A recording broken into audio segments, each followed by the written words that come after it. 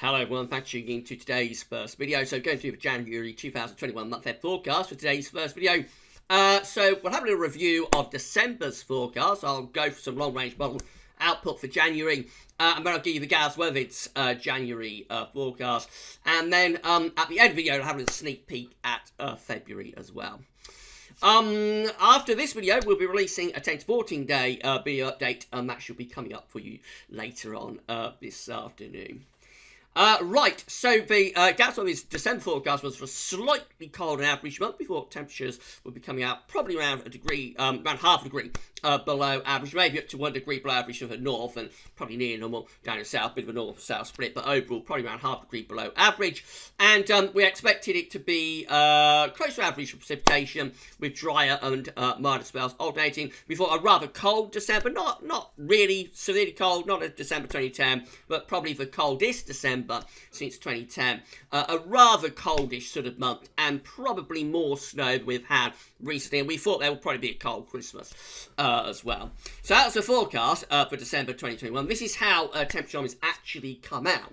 So slightly above average for northern and northeastern parts of the country, and also down in the south, near normal for the central part of the country, and also for Northern Ireland. This is from a climate averages page at the UK Met Office, by the way. So the forecast was a little bit on the low side, I think, for temperatures. It wasn't a particularly mild month. It was slightly above average across more parts of the country that were near, compared to those that were near normal, and nowhere was cold on average. So I think on the temperature side, probably not particularly good forecast, actually. It was a slightly milder month than we expected, albeit not excessively so. It was a wetter month than we expected as well, with most places having above average rainfall during December 2010, particularly wet across eastern parts of the country, and also through Wales and southwest England. Not quite as wet for western southwest Scotland, and also for Northern Ireland. So I don't think the forecast was particularly good, although it was a rather colder month as well. So we correctly identified that, but it would be a rather colder month. We did have a cold Christmas, and it was quite cold between Christmas and New Year as well. It's our coldest Christmas week since 2010. There was a long spell of milder and very wet weather through the middle part of the month, weeks 2 and 3, that really scuppered the forecast quite a lot.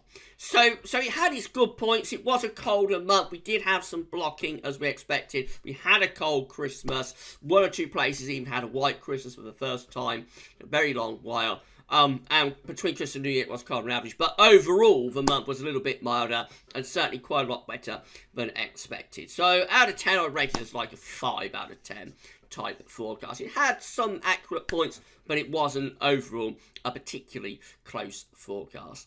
Right, so that's December done. Let's have a look at January then. So this is January's 700 millibar height anomaly from the CFS V2. Going for blocking. Northern blocking will be sitting within the northern latitudes with low pressure, like to be to our south, and winds coming in from an easterly direction during December, or possibly even from a northerly to northeast direction. That could be like quite a cold signal, actually. That might be quite a cold signal for January, with extensive northern blocking, low pressure to our south, and the jet stream probably going on a bit of a southerly tracking path as well.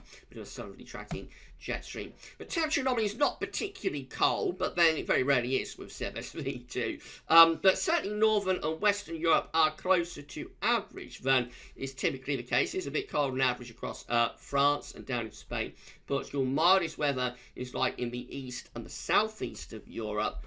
So it would suggest at the very least our temperature is only around average, and it might be a little bit colder than average for January on the western side of Europe. Precipitation anomalies are looking like this. So it does suggest dry weather through the northern latitudes. Generally it's drier than average through many of these northern countries. Iceland, for example, is drier than average. Norway, drier than average. Whereas Scotland, drier than average. Most other parts of Europe are wetter than average. Again, that's going to be indicative of a jet stream taking that southerly track. The jet stream is pushed down here with the higher pressure again within the northern latitudes. So yeah, I mean, it's going to be a blocked month by look, if that's right, and there is cold potential, albeit it's not going for a particularly colder than average month with CFS-V2. Mean cell pressure anomalies from CANSIPS for January are looking like this. Again, blocking is within the normal latitudes. High pressure is pushed to the north. And then we've got the low pressure with the blue colours. Low pressure is pushed to the south. The jet stream is also pushed away to the south. We could well be bringing the winds from a cold easterly or northeasterly direction as well. So that does look, again, very similar to the CFS-V2 with high latitude blocking and some cold potential, jet stream and low pressure on a southerly track. Very different to what CANSIPS have been forecasting at any point through now. This is much more bullish with a colder than average month as well compared to CFS. Look at this, temperature anomalies are forecast to be quite significantly colder than average, probably down to around 1 degree, maybe lower. Below average across the UK, and most of northern and western Europe looks colder than average as well. And the precipitation anomaly looks like that. So it's drier than average to our north and northwest, wetter than average to our south and southwest. So again, all indicative of northern blocking, all indicative of high pressure being sitting around Greenland and Iceland. Low pressure is pushed southwards. So yes, definitely suggests like quite a cold, a wintry January as possible with CANSIPS. And then the Beijing Climate Centre next. Out of the three, this is probably the mildest. It does still have some northern blocking. This is the time period from the 6th of January to the 4th of February, by the way. It does have some northern blocking within the northern latitudes. Lower pressure is to the south. A jet stream is southwards as well. So, I mean, it has got northern blocking, but with the low pressure being that much further north compared to particularly CANSIPS, but also to CFS, we probably bring in more influence from off the Atlantic. So, potentially some cold snaps maybe with the Beijing Climate Centre, but not an overly cold month. The temperature anomaly is cold on average to our north and west, near normal to slightly above average to our south and southeast. And the precipitation anomaly looks like this. So it's drier than average to the north, around Greenland and Iceland. Again, that's where the block will be sitting. For the UK, actually, it's a little bit on the unsettled side. Out of the 3 miles, I think that's probably the one that's wettest. So slightly above average temperatures and probably above average rainfall, with just chance of some limited cold snaps, I think, with the Beijing Climate Centre. So it does look as though we've got cold potential here. I think we're going to suggest a chance of a rather cold than average month again. Again, probably not classically cold, although CANSIPS could actually be like a very cold January. But the other two, the CFS, particularly the Beijing Climate Centre, I think are suggesting moderation at times. So I think we go for a rather cold and average month, probably very similar to the forecast for December, which wasn't accurate, but we'll do it again for January. A rather cold and average month, temperature is probably around 0.5 degree, maybe for the northern half of the country up to 1 degree. Below average. There's wintry potential there at times, but not continuously snowed up and icebound. So there will be milder interludes. Precipitation-wise, again, that's very difficult to judge. When it's cold, it tends to be drier. So I think we probably again suggest average precipitation, but with more snowfall than we have had recently. If it was to turn very cold, then it would be a rather dry month. There wouldn't be all that much precipitation around, but what precipitation there was would be snow.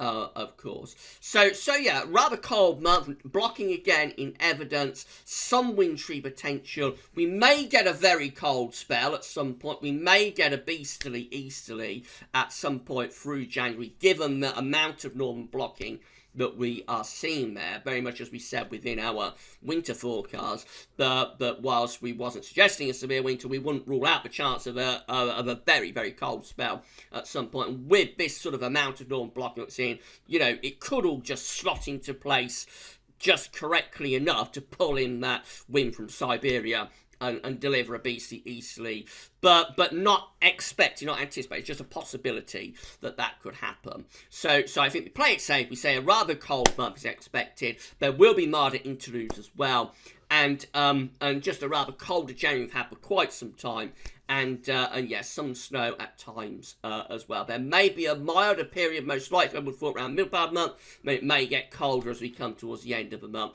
and heading towards February, and that might be the coldest part of the month, and also of the winter. It could be, but again, we should wait and see about that.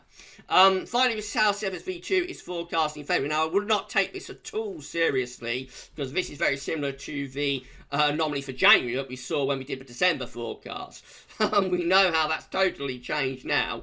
This is what it's showing anyway for February right now. Low pressure to our north and west, high pressure sitting to our south, and winds coming in from a west or southwesterly direction. So that would be a mild Atlantic in February. But again, I would not take that at all seriously. Given the CFS forecast for January, which was very similar to that, has ended up like with really strong northern blocking. Okay, so that's it then. So that's the GavsWeatherVids January 2021 forecast. We're going for a slightly colder than an average month, with some milder periods in between. Near normal precipitation, snowfall probably occurring a little bit more frequently than we've had for a very long time in January, for quite a few years. Probably the snowiest January since 2013, maybe. Yeah, there might be a very, very cold spell in there at some point, but again, that is not expected. It's just a possibility given the amount of northern blocking that we are currently seeing. Right, that's it, January forecast then. We're going to be back later on with 10 to 14 day data. It will include all of break features as well. So the January forecast, that's all for now, and thanks.